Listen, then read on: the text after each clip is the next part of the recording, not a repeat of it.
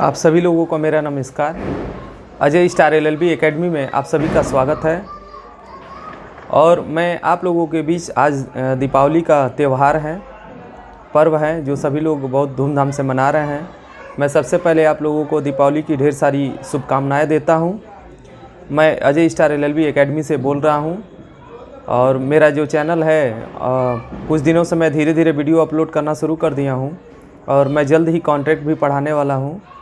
Evidence भी चल ही रहा है, अपलोड करना शुरू कर दिया हूँ।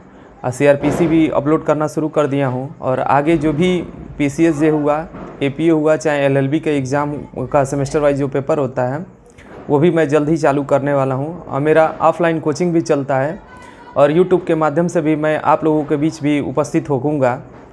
और मैं कुछ चीज़ें बताना चाहता हूँ कि कुछ चीज़ें जो हैं वीडियो पे हर चीज़ें संभव नहीं हो पाती हैं। जब तक ऑफलाइन क्लासेज बच्चा नहीं करेगा तब तक वो चीज़ें क्लियर नहीं हो पाती हैं। थोड़ी बहुत बिंदु जो है आदमी व्यक्ति समझा देता है। तो मैं चाहूँगा कि जब भी जो भी इस देवरिया जनपद के निवासी हैं और जो बाहर के होंगे, जो जनपद देवरिया के निवासी हैं, वो यहीं पे ऑफलाइन अपना कोचिंग ज्वाइन कर सकते हैं। मेरा अजय स्टार एलएलबी एकेडमी में जो है फ़िलहाल में इस समय नी कॉलोनी में मेरा चल रहा है, शिव मंदिर के पास। फर्स्ट सेमेस्टर का भी जल्दी मैं प्रारंभ करने वाला हूँ। और एपीओ का हुआ, पीसीएस का ये मेरा ऑनलाइन भी चलता रहेगा, उसी में ही सारा इंक्लूड रहेगा। और भी फैकल्टी हैं इसमें। तो आज जो है मेरा जो टॉपिक है, जो एविडेंस ही मैं लेकर चल रहा हूँ, कुछ मौखिक ही लेकर मैं चल रहा हूँ। एविडेंस में जैसे दिया गया है कि एविडेंस एक्ट जो है भारतीय साक्ष्य अधिनियम 1872 है। ये 1 सितंबर 1872 से ये लागू है। 25 अप्रैल 1872 से इसे लागू किया गया है, अधिनियमित किया गया है। और ये इसका विस्तार जो है संपूर्ण भारत पे है।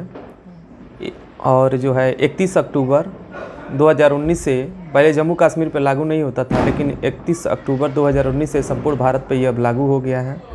ये जो है एविडेंस एक्ट है, ये न्यायिक कार्रवाइयों पे ही लागू होता है। ये शपथ पत्रों पे और मध्यस्थों पे ये लागू नहीं होता है। ये न्यायिक कार्रवाई में, यानी किसी मामले को, कोई घटना घटित हो जाता है, उसको साबित करने के लिए ही कहाँ पे कौन से स्टेप आता है कि जहाँ किसी घटना को साबित किया जाता है। किससे साबित किया जाता है? वो किया जाता है साक्ष्य के माध्यम से।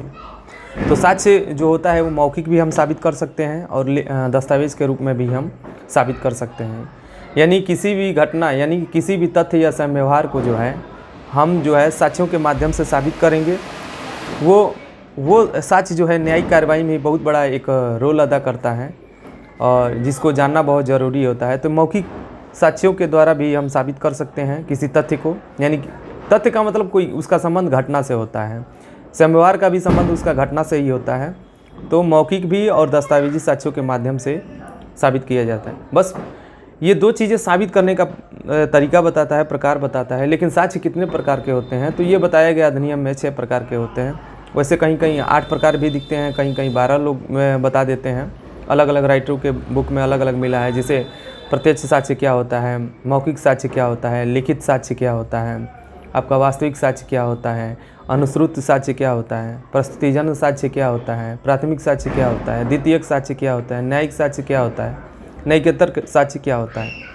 यानी किसी भी घटना को, देखिए कोई भी घटना हो, इन्हीं साक्ष्यों के माध्यम से हम साबित करते हैं। लेकिन तरीका तो ही रहेगा।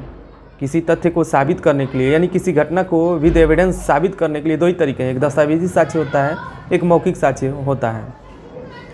ये आपका दिया गया है, जो धारा 1 में विस्तार बताएगा, संक्षिप्त नाम और परिचय वगैरह बताता है। धारा 2 1938 में ये खुद ही निरसित कर दिया गया है, रिपील कर दिया गया है।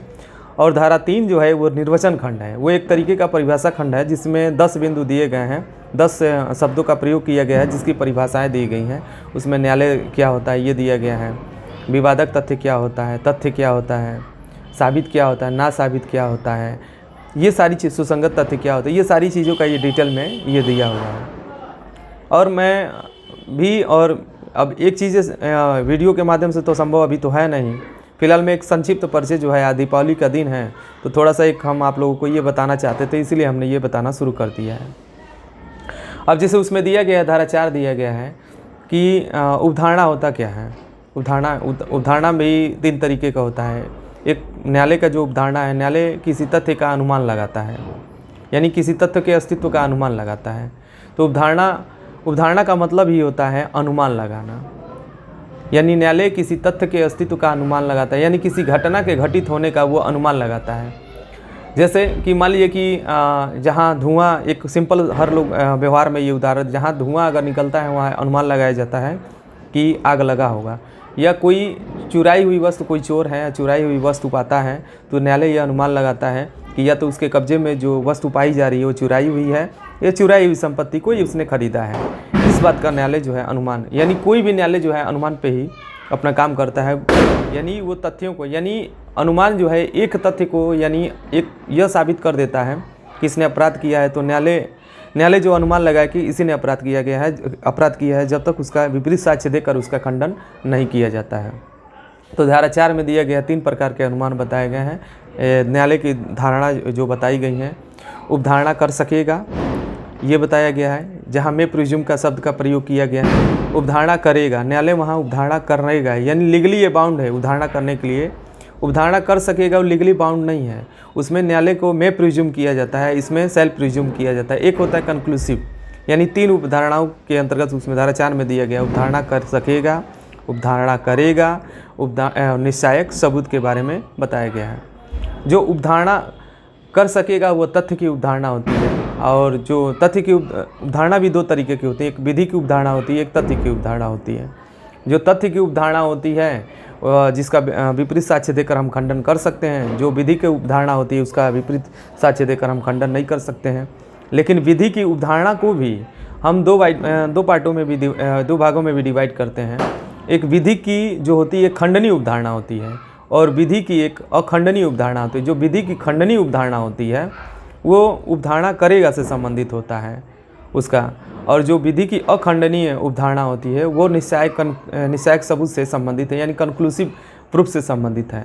यानी विधि की खंडनीय भी उपधारणा को हम खंडित कर सकते हैं, यानी विपरीत साक्ष्य देकर भी हम खंडित कर सकते हैं, लेकिन जो है विधि की अखंडनीय उपधारणा का हम खंडन नहीं कर सकते हैं। जैसे एक विपरीत साक्ष्य देकर भी हम परमिशन नहीं देता है, लेकिन एक धारा 112 है एविडेंस एक्ट का, उसमें बताया गया है कि विधि की जो निश्चायक सबूत होता है उसमें दिया गया है कि अगर 112 जो सेक्शन पढ़ते हैं आप, उसमें दिया गया है कि अगर कोई पति पत्नी है, उनका डाइवोर्स होता है, आपस में विवाह विच्छेद होता है, विवाह विच्छेद होने के उपरांत उनके बीच अगर कोई संतान उत्पन्न होता है, अगर ऐसी संतान जो है 280 दिन के भीतर अगर उत्पन्न होता है, तो ये माना जाएगा कि ये पिता वही व्यक्ति है उसी का वो संतान है।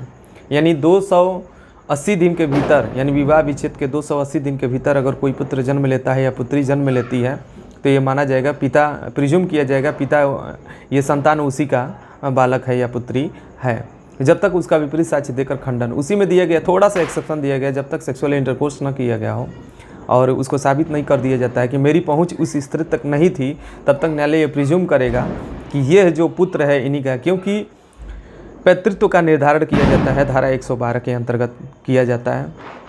तो उपधारणा का वास्तविक अर्थ होता है अनुमान लगाना।